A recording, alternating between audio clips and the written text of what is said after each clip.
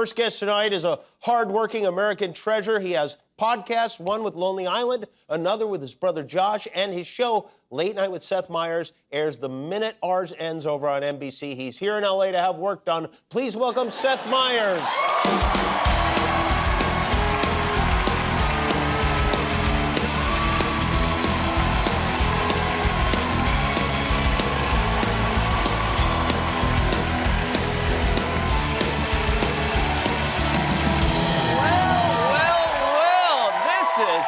This is so exciting. Great to have you here. You look very sharp tonight. You're all dressed up. Yeah, I don't dress up for my show anymore, but I dress up for you. Thank you. I feel like you're at my funeral or something. Yeah. It's very kind. I feel like I should know. The reason I don't dress up for my show is it is on later. It's on at, 12:30, 7 at night. And I realize no one who's watching it is wearing a suit.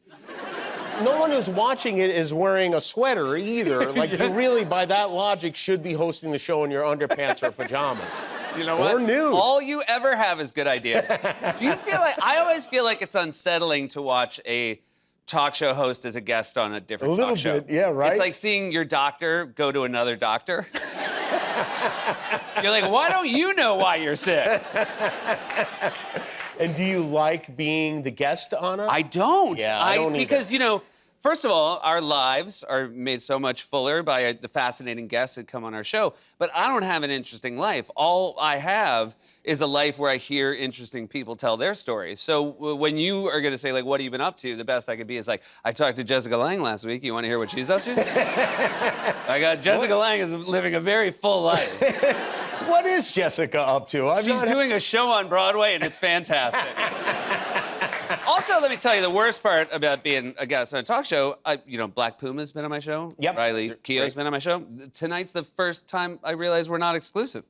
Oh, yeah. I saw Riley. It was very awkward. I'm like, oh, so you're doing a lot of these. Yeah. It is funny when you see that, because I'll often see our guests. We have them here on Monday, and then 2 nights later, they're over on your show, and I thought I was special. Yeah. And I guess I not. just feel like there was a thing, and now you're just doing the rounds. Are your kids here on the No, trip? my kids are not here. It's a school week for them, so they're not here. Okay. But, so you don't pull them out of school for silly reasons. Yeah, I think it'd be weird to tell their teacher I want them to see me on Kimmel live. And their teacher would be like, "Is that not going to be televised?" I'm like, "All right, fair point." How old are your kids? 8, 6, and then the little girl's 2.5. And are they excited about Trump's criminal trial the first day? The boys are. The girl thinks he's being railroaded. She feels as though this is lawfare. She calls it lawfare.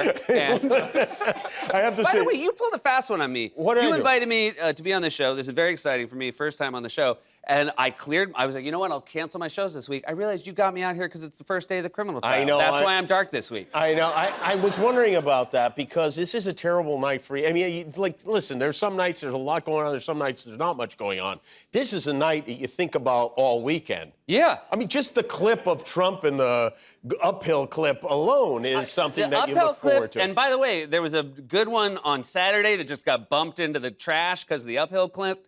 And then he falls asleep. And then he falls asleep, now, which is the kind of thing we love. The good news is, Jimmy, I think he's going to fall asleep again. He's got a lot of trials, and I don't think he's going to get more energy, and I think he's going to fall asleep He's up all night tweeting. He's up all night. I feel like no one... You know what? I don't think he's getting good advice. I'm sorry, I mentioned your kids, and then we got back to Donald Trump. Yeah. Donald Trump is the father of your children, huh? On one of them, but we don't know which one. My wife is very coy when I ask her which one. 2 boys and a girl. Yeah. Not unlike how he started out with Don That's Jr., true. Eric, and Ivanka. Yeah. A lot of parallels exciting. here. That means I got 2 more coming with 2 different ladies. I want to ask you about a photograph that you brought along.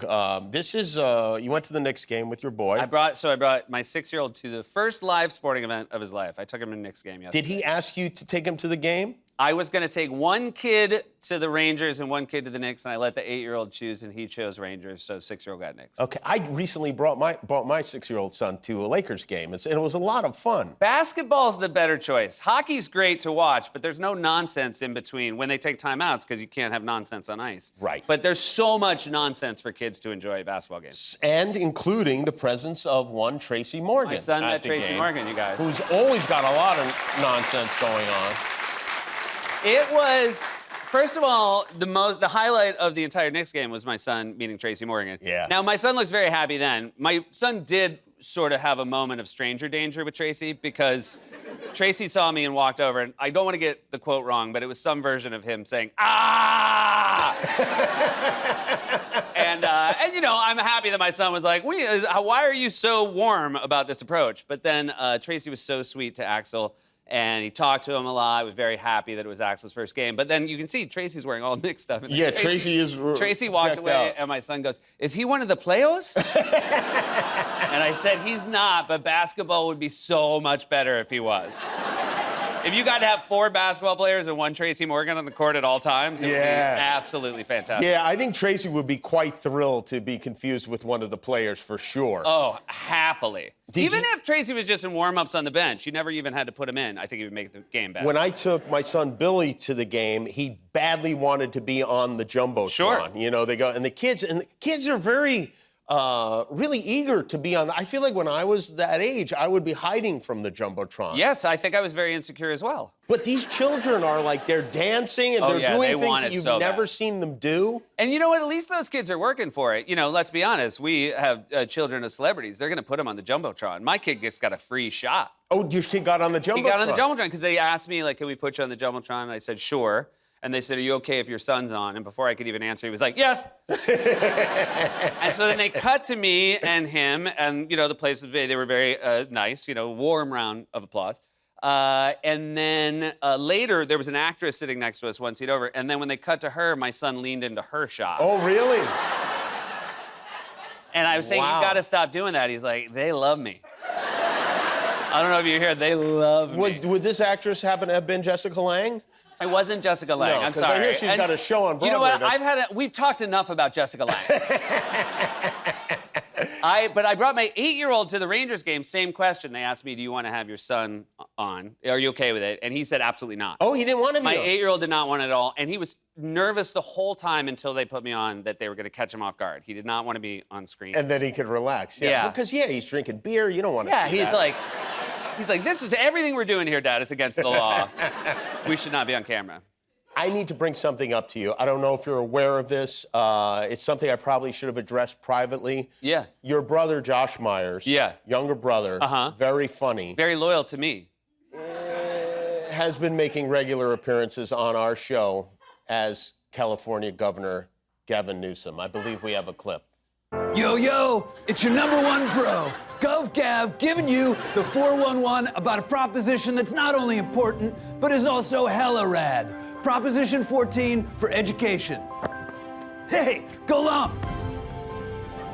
There's nothing more imperative than educating our tiny dudes, little ladies, than all the other ones. It's remarkable. Oh, there he is. Oh! Right on. Well, we have a special visitor with us tonight. The governor of California, Gavin Newsom, is here tonight. Yes. What's up, Jimmy? What's up, Sue? Why are you still in character? Oh, man, you wouldn't believe what you get away with when people think you're the governor. Some cop just gave me his taser. Hey, now, if you'll excuse me, I'm gonna go legalize cocaine. Oh, he's on the plate. Wow. Oh, my gosh, that's Josh Meyers. More with Josh's brother, Seth, after this. We'll be right back. We're back with the wonderful Seth Meyers from Late Night with Seth Meyers. And Also, you know, we hosted a podcast We over did. the strike together. It was wonderful. It was a lot of fun. It really was. I think people are disappointed by how much fun we had together. I know. I think people long for an era where we all hate each other, and they're just bummed out that we've found a common. Maybe we should give them what they want and start Yeah. something, you know? Okay, yeah. But it was you and me and John Oliver, Stephen Colbert, and Jimmy Fallon. Yep. We did the show together. It was like an Avengers if they just got 5 lesser superheroes together and said, we want you to do a podcast about the Avengers. Like Hawkeye and his neighbors. Yeah, exactly. Yeah. Do you remember the name of the podcast? Well, I think you're referring to Strike Force 5? It's a little. If you don't get it, you don't get it. That's all. If you're not laughing, you didn't listen. Or they're not laughing because they did listen. And That's possible also. Yeah. You have a podcast with your brother Josh. I do Family Trips. Which I was on. Was a lot of fun. It was a lot of to be fun on. to have you on. It reminded me. I have to say I don't have a ton of memories of my childhood, but I remember every vacation. We only went on one vacation a year. I remember every bit of every terrible vacation we had as a kid. That's sort of the thesis of the podcast. Is if you get people to talk about their family trips, it turns out they have granular memory of details that happen. It's so specific. It's such a great idea. Yes, and I feel like people like knowing that everyone for all walks of life have had terrible vacations with their parents. Yeah, for me, it turned out all of them were terrible. And Yeah. when I was about 14, I just stopped going on them. Yeah, that's amazing when you talk to people and you're like, wait, you're allowed to stop? You're not the only one. He's like, and then I just said I'm not going anymore, and then I didn't go. It's a big reason of why I got a job at a young age. I was like, I have to work this weekend. Sorry, have fun. Yeah, well, effective. And now you have a brand new podcast that just started this week with the guys from Lonely Island. Yeah, so that's Andy Samberg, Kiva Schaffer, Yorm Mitsconi. They did all the digital. cares? What? Podcasts suck! What is...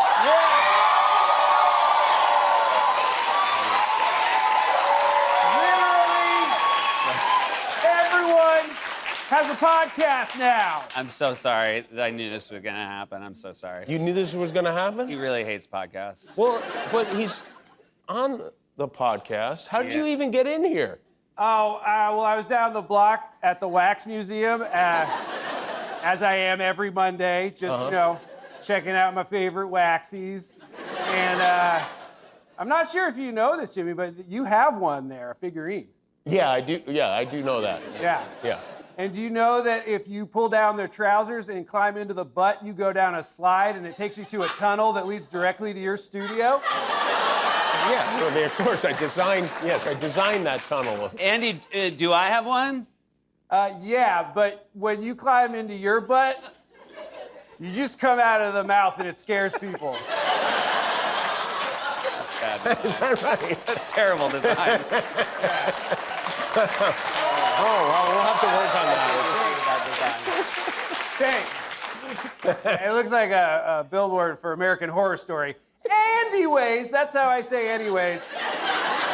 Back to the heckles. Podcasts suck! Actually, Jimmy, the podcast I was going to talk about is the one that I co-host with Andy Samberg. With Andy. It's about the work he did, the impressive work he did in his time at SNL, the digital shorts, which are iconic. Right, yes, that's right. They were great, All right, I better get in there to make sure this thing's fair. Yeah, we don't... Get into where? Yeah. Yeah, we only have the one chair each, so, you know, we don't have a chair for you. Oh, it's okay, you guys. I brought my own. It's a backpack chair. Oh. So let me just...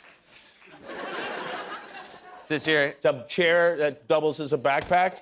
There we go. Uh-huh. Yeah, I was just at Coachella, so it works pretty good.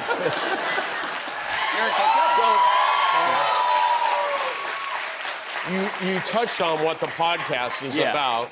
It's Can I have some of this? it's water. It's a little late to ask.